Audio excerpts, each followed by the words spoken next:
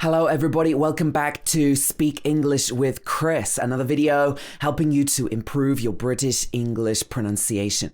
If you haven't already, don't forget that you can click on the link in the description to this video and you can sign up and you can take my free British accent improvement mini course. If you haven't done that already, I've had hundreds and thousands of students going through that already and it's available exclusively on my website. So go ahead and do that now.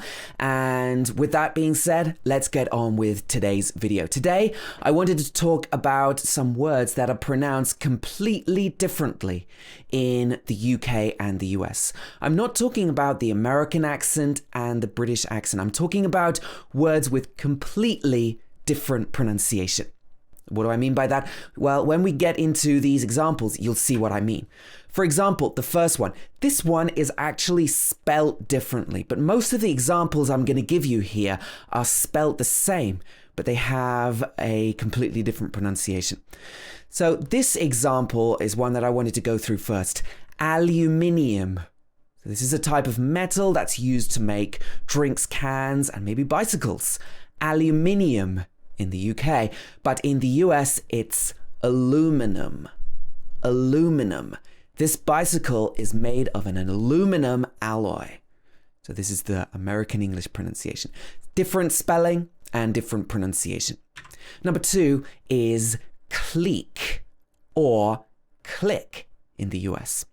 Completely different vowel sound. The British English one is E, American English I. We went to the same school, but we didn't really know each other because we were in different social cliques. So this is talking about a group of people, a social group. A small group could be called a clique or a clique in the US. All right, next one, raut. So you might have heard this before, but you had no idea it was different pronunciation in the US and the UK. Raut means a road from one place to another place, right? But in the US, it's raut. Raut. So oo in the UK, ow in the US. This is the quickest route. All the examples that I'm going to give you, I'm giving you the British English pronunciation, okay? So when I give the full sentences, I'm doing the British one. All right, the next one, vase. This is something we put flowers in our living room, like a pot for flowers. Vase in the UK. But in the US, this is called vase. Vase or vase. Put the flowers in a vase of water. So when Americans come to the UK, they hear the word vase and it's a completely different pronunciation entirely from the American one. Number five, sometimes in the US, semi, this word, can be pronounced semi. For example, in a football match, you might have a semi-final. The semi-final, and sometimes this could be semi-final in the US. Number six is pronounced completely differently by most American speakers. So in the UK, this would be leisure, leisure. But in the US, this is leisure, leisure. So the sound is different. E versus E in the US. So this means your free time when you're not very busy.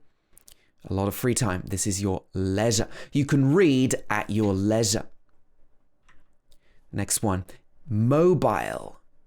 This is what we call it in the UK. We call it a mobile phone, for example, or a mobile home. But in the US, this would be mobile. Normally, it would be pronounced mobile, a mobile home, mobile.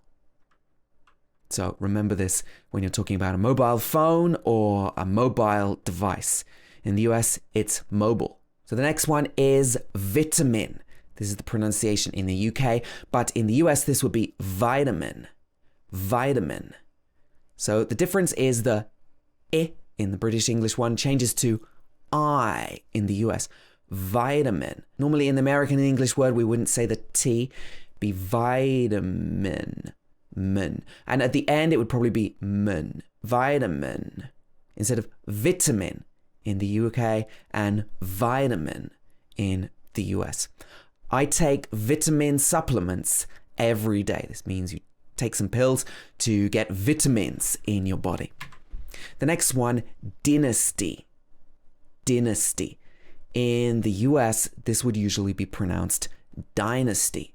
So again, the I is changed to I. The king established a dynasty that ruled for centuries. So when you're talking about ancient China, we can talk about dynasties or dynasty in the US. The next one, patronize. This is the British English pronunciation. Patronize. Don't patronize me. But in the US, sometimes this could be pronounced patronize. So the A changes to A. Patronize in the US. I hate it when people patronize me. That's the British pronunciation. So the next one is privacy. Originally in British English, this would be pronounced privacy. This means keeping something private. You'll notice that the word private is pronounced differently to privacy. But in the US, this would also be privacy. Privacy. So the I changes to I. My privacy is very important to me. However, this is one situation where the American English pronunciation is becoming more and more common in the UK. As people watch a lot of American movies and TV shows, more American English pronunciations are becoming popular in the UK.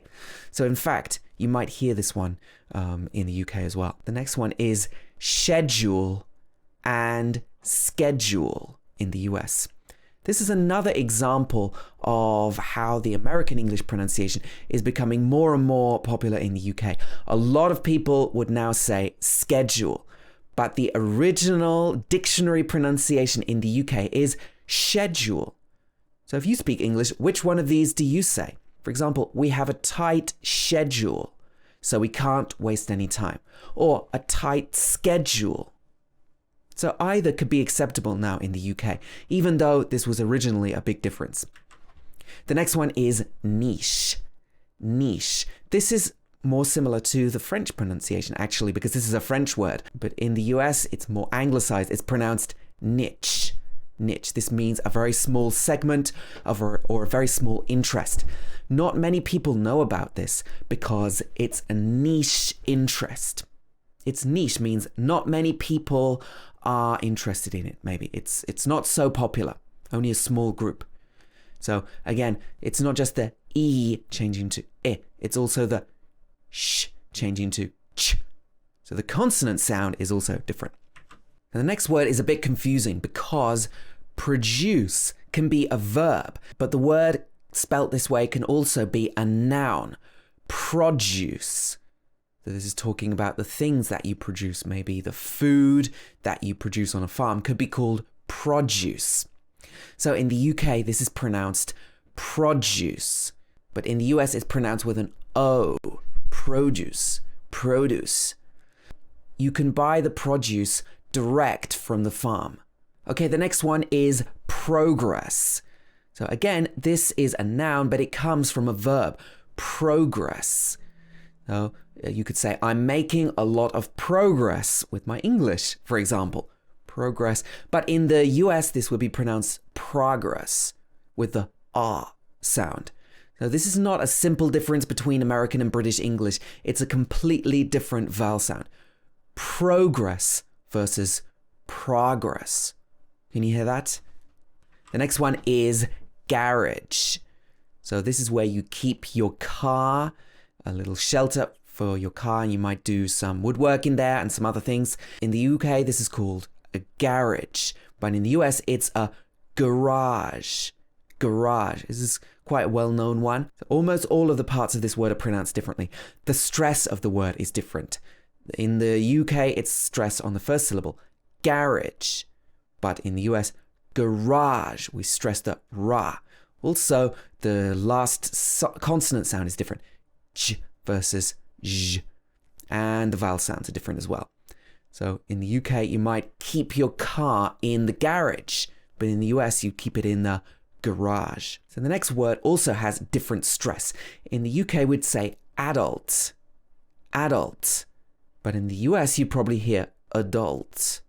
Adult. So we stress the dult not that at the beginning. I teach English to teenagers and adults. So if you've watched American films, you might have heard adult. The next one, address. This is actually the other way around. In the UK, we stress the dress. But in the US, we'd say address. We'd stress the first syllable. So in the UK, we'd say your home address. And in the US, it'd be your home address. Difference in the stress of the word again. The next one is salon and salon. Okay, so we can talk about a beauty salon. We can talk about a beauty salon in the UK, but in the US, this might be a beauty salon. Salon. The next one is controversy. Controversy. But this word is pronounced with a different stress in the US. It's pronounced controversy. Controversy. So the con is stress. Controversy. And in the UK, controversy. We stress the tro. Controversy. I read about the controversy in the news. Okay, the next one is caffeine. This is the chemical in coffee that makes you high or gives you a little bit of a buzz, makes you feel more energetic. Caffeine. But in the US, this is pronounced caffeine by a lot of people. Caffeine, stressed on the second syllable. I need a caffeine fix. Shall we go and get a coffee? Next one, cafe. This is where you get your coffee and where you get your caffeine fix. A cafe. This is what we'd say in the UK, but in the US, we'd say a cafe. Cafe. You'd be more likely to say a cafe. There's a lovely cafe on the corner. Shall we go and get a coffee?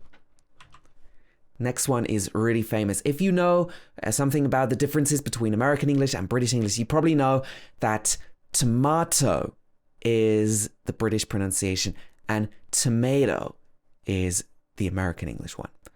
I'd like a cheese and tomato pizza. But in the US, you'd ask for a cheese and tomato pizza. Tomato. So again, the second T is probably not pronounced in the US. Tomato, not tomato. That would sound very strange. So in this last section, we're just going to talk all about some different foods because quite a few of these are different in the two places, actually. The next one is yogurt. Yogurt. And in the US, it would be yogurt. Yogurt. Okay, so this is a different vowel sound.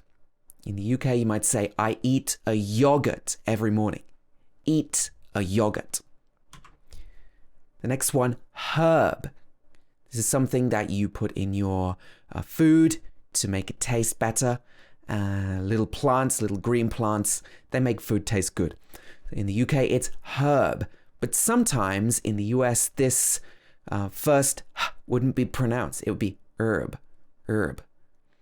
So depending on who's saying it. But in the UK, it would always be herb. We would pronounce the h.